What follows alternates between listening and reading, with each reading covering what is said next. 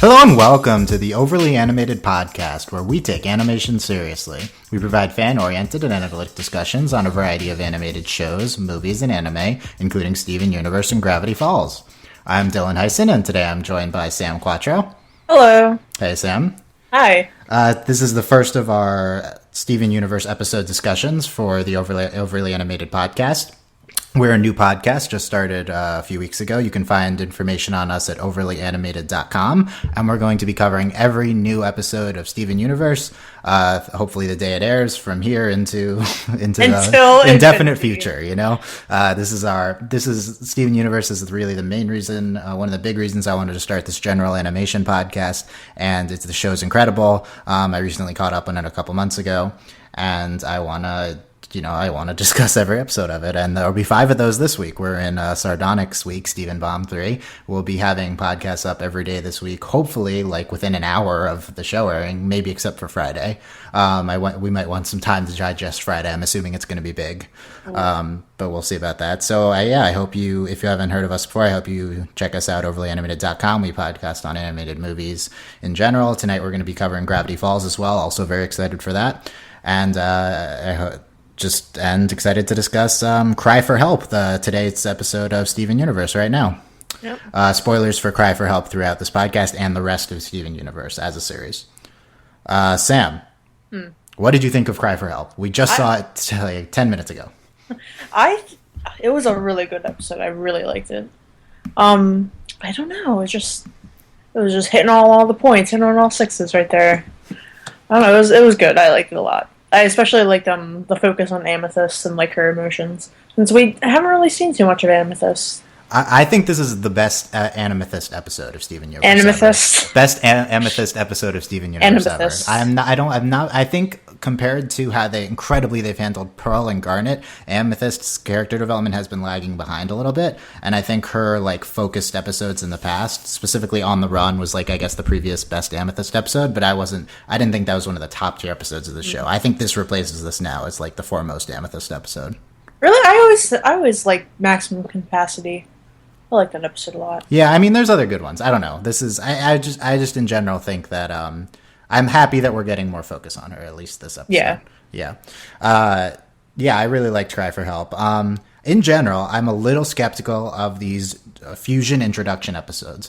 I feel like they're a little gimmicky and don't rely necessarily, and like maybe put the storytelling second and like the plot of the show second to just, here's this cool new gem fusion. Look, I love the cool gem fusions, but I think sometimes they sacrifice the story for the coolness factor. Do you think that happened here? No, this episode did a great job of balancing the two, and I'm really impressed. This is just another example of how incredibly the show is progressing. It's just every single episode is at least good, and many of these have been incredible. And I genuinely think, I said this when we kind of recapped the last Steven Bomb podcast, if you guys want to check that out, but genuinely think Steven Universe is the best show on television.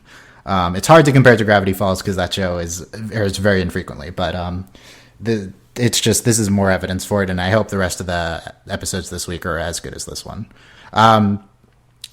This episode was storyboarded and written by Jeff Leo and Joe Johnston. Basically, who I see as the team who does the big episodes. They're the go-to team for the important ones. Although other storyboarding teams have had big episodes as well, these guys are the top tier team, and in almost every one of their episodes is incredible. Top tier. The top tier team, yeah. That's very you. Yeah, it is. Before we get into specifics of the episode, the other big thing I think to talk about is the fact that this episode this week seems to be a continuous storyline running throughout all 5 episodes this week. This episode ended on a cliffhanger and is clearly leading into the next episode, something that I'm not sure has ever happened on the show, aside from like the finale of the first season and like the mid-season finale, you know? Yep. Yeah. The thing to discuss from this is that they seem to know that these Steven Bomb weeks are happening while producing this week. I'm going to assume that every episode this week ties together like some of the creative team has been saying. So that implies that Cartoon Network had already presented them this Steven Bomb plan of airing an episode every day, and they're now creatively planning around that, which is very interesting. It maybe might lead to a new focus on a new direction of storytelling for the show. Maybe, I guess. Yeah, I mean, it depends if they do it again past this week, but It also could imply that this is Cartoon Network's regular plan for airing episodes now with this show. Which would be kind of weird, but it is weird. It's like, weird, but I like it. Like a week of Steven Universe every month or every other month. I don't know why they are doing that. I mean, there's precedence here. Maybe they do this with other shows. It's like a promotional thing.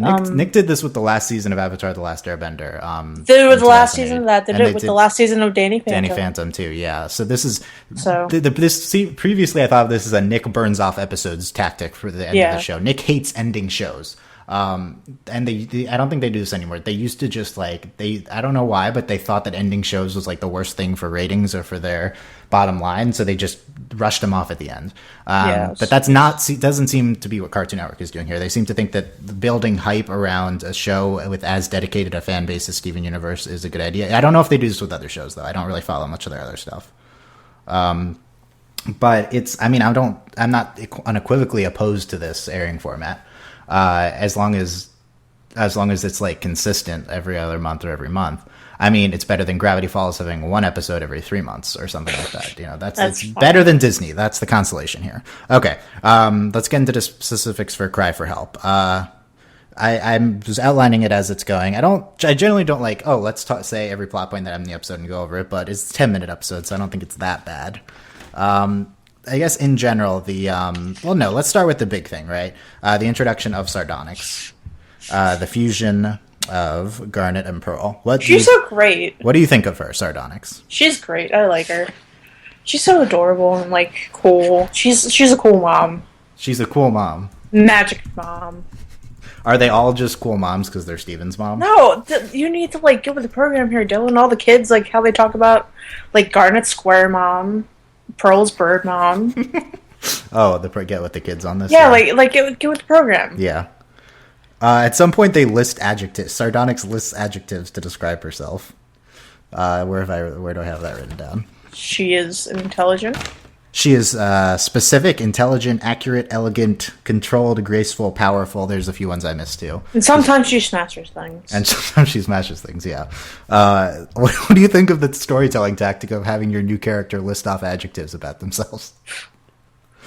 It works for her. Like she's a magician. We need Mel to comment on this. College writing major. I don't know if she would. It's interesting. Like it's a very character specific thing. It's a very striking introduction for her. Yeah. Yeah. I mean, it's an incredibly appealing introduction for this character. Yeah, she's cool. Yeah, she's like I don't know. I don't know if this is what I expected from Garnet and Pearl. Like kind of like it makes sense, but like. She's so specific to this is such a specific type of. I mean, she's such specific, but she's also such a specific type of character. What do you think of benching Sugalite until the end of the episode? Of course, I think this makes to me. I have a very Pearl centric perspective on this show, and I feel like Sam kind of agrees with me. But like Pearl's the best. And I think Pearl makes the most sense, kind of. I guess Garnet also makes sense, but like, I think it makes. What do you mean by makes sense? Well, like not going to Sugalite because she's irrational, like being the most irrational. Yeah, like that is. That's look, this is something. Why would you ever fuse into her? Like if it's like last time it didn't work, so let's try something new. I mean, they said that. Yeah, no, I'm just saying. I think this like them benching her is a prudent thing to do. I think they should. Just go to the best. I mean, it seems like the Pearl Garnet fusion is the best one. Shouldn't we just always go to that one? Well, until Pearl is just Pearl the entire this episode. This is a very Pearl conflict at the end of the episode. Her meddling like this. The Pearl haters are going to be out in force after this one. Yeah. We are not Pearl haters here on the Overly Animated podcast. Nope. Pearl is my favorite character. I hate nobody. I love Pearl. Well, every character is good on the show, but Pearl is especially excellent. I just found obviously what Pearl is doing here is bad, but I didn't find it to be despicable or unforgivable or anything like that. Much like her previous meddling in the flashback episode with. I just sighed really deeply. Pearl. Yeah, it's like the typical Pearl. That's what I was. Like, Pearl, you're so human, even though you're not. Maybe we're being too forgiving of Pearl. I Sam, our fave is problematic. I think. There's, I mean, everybody's problematic. There's not a being on this earth. That's the thing with that. I mean, I think it's a meme on Tumblr, but like, your fave is problematic. Yes, if a character should be problematic on a show, their characters should have flaws. Yeah. Pearl has flaws. Pearl is very real to me. This felt like it's just very real, and it was very built up based off of all of Pearl's actions. What do you think of Garnet and Pearl's fusion dance and Pearl's interactions towards Garnet in this episode? Do you see them as any sort of romantic at all? Pearl's feelings towards Garnet. This sort of, yeah, a little bit. Especially with their dance. Like it's hard to tell for sure, but it's hard to like separate like just intimate feelings from romantic feelings, especially with like these interactions between these 1,000-year-old gems. But it seems like Pearl was kind of like embarrassed and very eager to fuse with Garnet and stuff like that. And I guess the question is does she like want to be wanted by Garnet? Not necessarily in like a romantic sense. Like she want attention from Garnet, or is she actually have romantic feelings for Garnet? I don't know. Maybe she just wants to be wanted in general. I think it's that one. I don't necessarily think this is definitive proof of Pearl romantic feelings for Garnet. I would also how does that work? A gem romancing a fusion of a gem. I'm not really sure. I don't know how that works. We're gonna have to think about. I hope that the show gets into this type of polyamorous type of things. But yeah, yeah. I was thinking about that the whole time with Pearl, Garnet, and Amethyst. Like, it would be really interesting. Very interesting. Yeah, I don't think that this is proof of Pearl's romantic feelings. I think that's a possibility, but I don't think it's proof. Also, another thing related that I just remembered from the episode that we can talk about this is Amethyst is super sympathetic this episode. And she like she's like, sigh, Pearl. And usually she's antagonistic towards Pearl. But she gets it. Like, you can tell that like she understands why Pearl's doing what she does. And she says to Garnet, she explains that they both just like the feeling of being that we're both weaker than you, she says. And you're so much stronger than us, and we like the feeling of being powerful when fused with you. That's really interesting, because it's very obvious from watching this show that Garnet is the strongest. Like, I don't know if they've ever explicitly said that, though. And I think that's a very realistic... that's a feeling you can... I mean, we can't relate to gem fusion, but maybe this is... I mean, gem fusion is just, like, obviously an analogy to relationships, and has been for many, many episodes of the show. And I guess the analogy here would be that, like, somewhat... Like, Amethyst understands the feeling of being, like, stronger when she's with, like, Garnet. Well, not that this... Like, if fusion is a relationship, like, you understand the feeling that you're stronger, like, you like yourself more when you're with someone, right? So yeah. Like that's kind of what I feel like the show's going for there. That's so interesting. Wow. The show does this very frequently, yeah. I know. I'm just like thinking about it. Because I was like, I think it's an interesting concept to consider. So talking about... so the other big thing that happens here is Peridot recording this message, which is kind of just the setup for it, but How do we know it's not Pearl in costume? Or the Peridot-shaped cactus, dude. What about that, too? It was Peridot. No, it was Peridot. So, her message, I tried to frantically record it, even though it plays it several times. She says that she's talking to Yellow Diamonds, their mission has been compromised, and to me, the most interesting part of her message is that she's broadcasting from the abandoned Crystal Systems colony, planet Earth. Have they ever said Crystal Systems before? That's my big question. Crystal Systems. We can Google it, but I don't remember them saying that before on the show. No, I don't think they have either. I don't remember. I also don't remember them saying on the show that Earth is a colonized planet of the... I mean, it makes sense. Like, that's basically what... This is like Half-Life in the Combine. Wow. But, Yucatanians. What does Crystal Systems imply? Like, does it imply it's not just one planet? There's not just a home world? That's what I think, yeah. Yeah, that was like the big thing that stuck out to me early in this episode. Like, it's a systems, but like, seriously, what is that even? Oh my god, it's just Half-Life. Steven Universe is Half-Life. I don't think it's just Half-Life, but we'll see what this means. Broadcasting to Yellow Diamond in promotional art from Comic-Con this weekend, or in the video, or then there's like an extended intro which you all should check out. I assume that's not from an episode. Half-Life 3 confirmed. It's Steven Universe. No, not Half-Life 3 confirmed, but Yellow Diamond is kind of like shaded in this extended intro, and we wonder if we'll be seeing Yellow Diamond at the end of this week. Are they building up to that? Oh, we should. Or are we saving her for the season finale? Probably. Okay, we're gonna see all the diamonds. Are we going to see all the diamonds? At some point in the future, I'm sure. This is like really good anime. This is Steven. That's a good description of Steven Universe. It's really good anime. I think that's true. It's like Dragon Ball Z. It's like a non-bad version of Dragon Ball Z. Speak for yourself. I was a very big fan of Dragon Ball Z. Me too. When I was 10.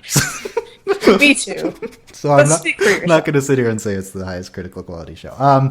So I don't think we'll be seeing Yellow Diamond this week. The show moves very slowly. I would be surprised if we saw her.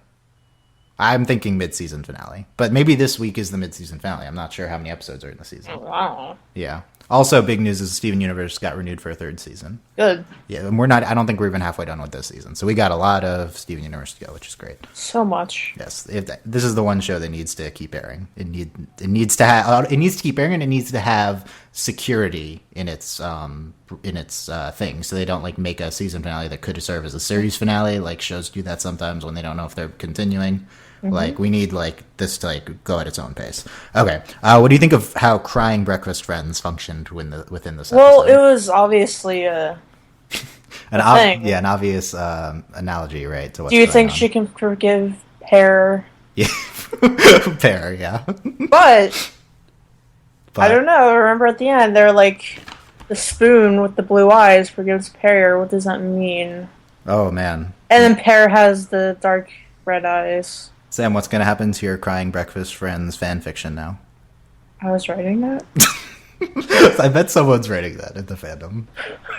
I didn't know I was writing that. I mean, I don't know. I guess I'm assigning this to you now. No, I'm not going to write it.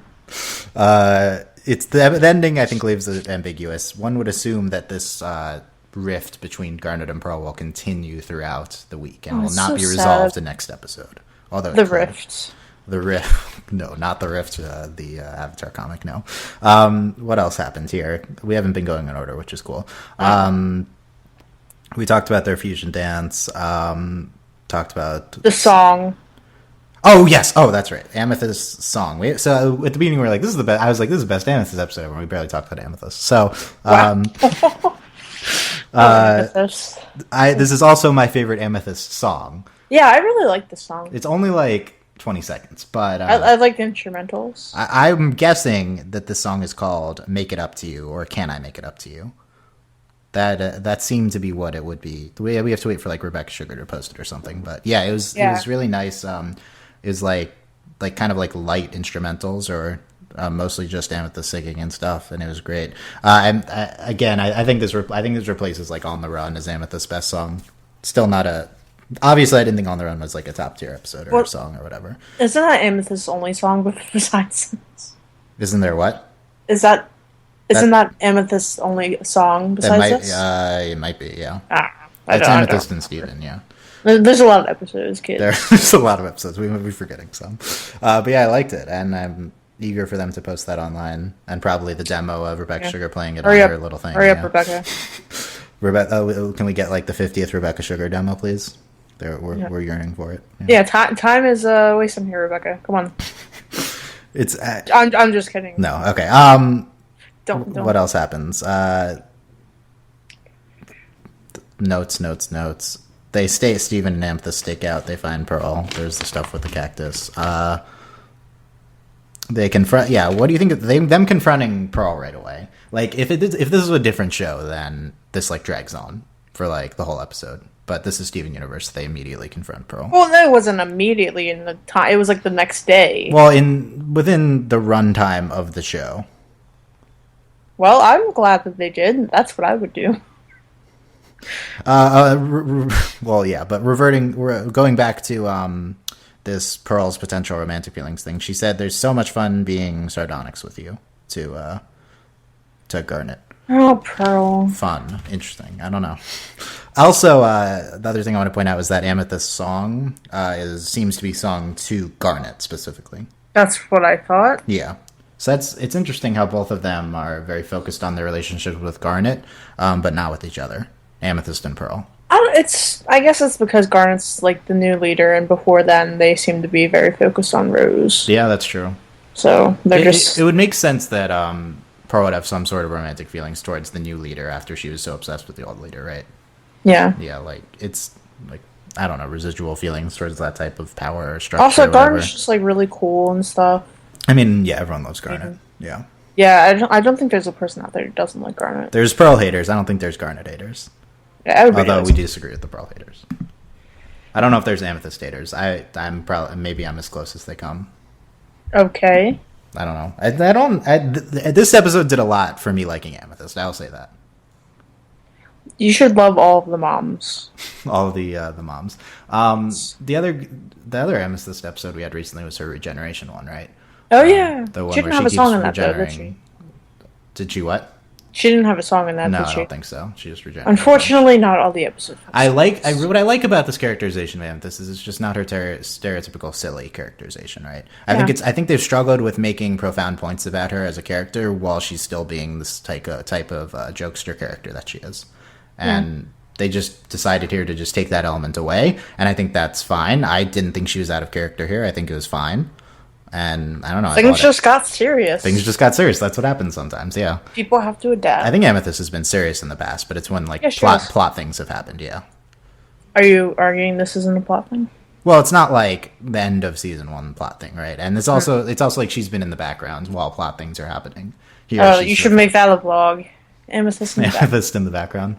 That is a reference no one will understand. Okay, so yeah, I don't know. Are we missing anything here from the episode? This 10-minute episode. Like all of them. Oh, there's a GameCube. Has it been established? There's always been a GameCube. It's very prominent here. There's always been one. Yeah. I don't know why it's not like a Game Sphere. I used to have a GameCube when I was a kid. I have a GameCube still. It was defective. Sigh. And it just okay. Nobody cares about my defective GameCube. What are your predictions for this week? I don't know. I assume we will be seeing Sardonyx again, considering... I'm not sure. Considering this is called Sardonyx Week. Yeah. I mean, what do we know about the summaries? I don't know if we need to go. Tomorrow is like a road trip thing, whatever. Greg. Yeah, I think tomorrow's... I mean, I can pull up the summaries while I talk. I'm interested to see how this is like a recurring plot thread, because we've never seen this happen beyond 2 episodes before. Yeah, Gardner was angry. At the end of the episode? Yeah. She made like a face. At the same time, I hope it doesn't... it's not like a forced conflict that we stretch out throughout the week, you know? Yeah. Yeah, so tomorrow's Keystone Motel. The group takes a trip outside Beach City. But I thought, wait, what? I thought there's a Greg thing. Maybe I think there's longer summaries elsewhere. Greg's somewhere. Wikipedia also has these summaries. Wikipedia has these summaries up right now. Stephen aids Amethyst in that's a later one in reconnecting with old friends. That's a description for an episode that's not airing this week. That's interesting. Okay, Amethyst has friends. It's on TV Guide. Okay. Yeah, who's there with us as friends? Okay. The gems find and search an old spaceship is Friday's episode. I am anticipating big things from Friday, but we will see. And then Onion and then Jamie happen. I am skeptical of this Onion episode, but we will see on It's probably going to be like a fun. I don't think Onion has not been the best side character so far. I mean, the gag with him is interesting. It's funny, but like it's only one thing. So I guess it'll be interesting to see how they deal with this character more. Well, he's Onion. He's Onion, yeah. Okay. So, in the context of other Steven Universe episodes, is this like a top tier episode, like a right below it? What do you think? Why do you have to make me put things in the box? I'm not asking you to grade it, okay? So, this is better than that. You're asking me to put them in the tiers, which are boxes. You're just not asking me to file the boxes. Well, I don't know. I guess it is, yeah. You think it's a top tier episode? Yes. Do you think it's as good as Sworn to the Sword? Maybe not as good, but it's up there. Okay. Yeah, I mean, I don't... Like, my top tier of episodes, as I stated last podcast, Sworn to the Sword, Jailbreak, and Rosa's Scabbard. And Then there's like another tier of also incredible episodes. That's just not those three. I hate This one might be in that tier, that secondary tier. I hate your tier so I think, much. or it could be one below. I don't think this is the best episode ever, but it's very good. And like I said, I really like how they did this like gem fusion gimmick episode and made it into an actual thing, like plot-wise. I don't think those were gimmicks before. It was just an introduction to what fusion was. They're the previous episodes were very expository and character, and this one was expository but also plotty. There you go. Okay, thank you. There you go. Okay. I don't know. Anything else? Cry for help? Cry for help? I'm impressed. She's a tuxedo Dorito. Oh, yeah. We can talk about her character model at some point, but it's interesting. Oh, yeah, her weapon is the fusion of their weapons, and it's a battle. What does he call it? A battle axe? He calls it like a warhammer. A warhammer, yeah. Steven calls it. It's pretty cool. I like it how it's like a magic wand. There's a little star at the end. Yeah. It's cute. Yeah. Magic mom. Aren't they all magic moms? Yeah, but like she's like Vegas magic mom. Like Vegas magic mom? Yeah. Okay. Like Siegfried and Roy. Ah, I see that. Vegas magic. That's not how I would describe that, but okay. I see. David Copperfield. Yeah. I was about to say David Duchovny, but that's not the right guy. No. Okay. I think that's good. We'll be it's related. We'll have Steven Universe episode discussions every day this week. Should be out pretty soon after the episodes. I'm Dylan Hysen. That's Sam Quattro. Sam, where can we find more of you briefly? You can find me at CoolMCR, KOOLMCR on Twitter, and on Tumblr, Stupid Nervous, all one word, .tumblr.com. I'm Dylan OVA, one word on Tumblr, and I'm Dylan_OVA on Twitter. And you can follow this podcast, Tumblr, Twitter. All those links are at overlyanimated.com. You can support our Patreon at patreon.com/overlyanimated. Thanks to our current patrons, Shayna, Mitch, Cordell, and Beatrice. So we got Shayna, who's Hannah, Shake It Like a Polaroid Picture. Mitch, Fever Mitch. Cordell University, and Beatrice is Bellatrix Lestrange. Yeah, and you can get a cool nickname like those, although, well, I don't know, maybe yours hopefully will be cooler than those. Cooler than those too, but those are good too. If you become a patron to us, patreon.com/overlyanimated. Also, note to Mitch and Cordell, look at your Patreon messages. You need to join the Facebook group, or if you want to, of course. But like, I'm having trouble communicating because Patreon's message system doesn't email you. Okay, it's like a school intercom message. Yes. Please report to the office. Please report to the office. Yes, because things are hopping in the Patreon exclusive Facebook group. And Sam is getting annoying phone notifications, so she. Yeah, it's awful. I'm trying to sleep, and these children keep talking. Whatever. Okay, so yeah, that's it. Gravity Falls podcast tonight. Steven Universe next week. Thanks for listening, guys, and we'll see you next time. It's this week, not next week. This week, yeah. I don't know. Yeah, this week. Thanks, guys. Bye. Bye.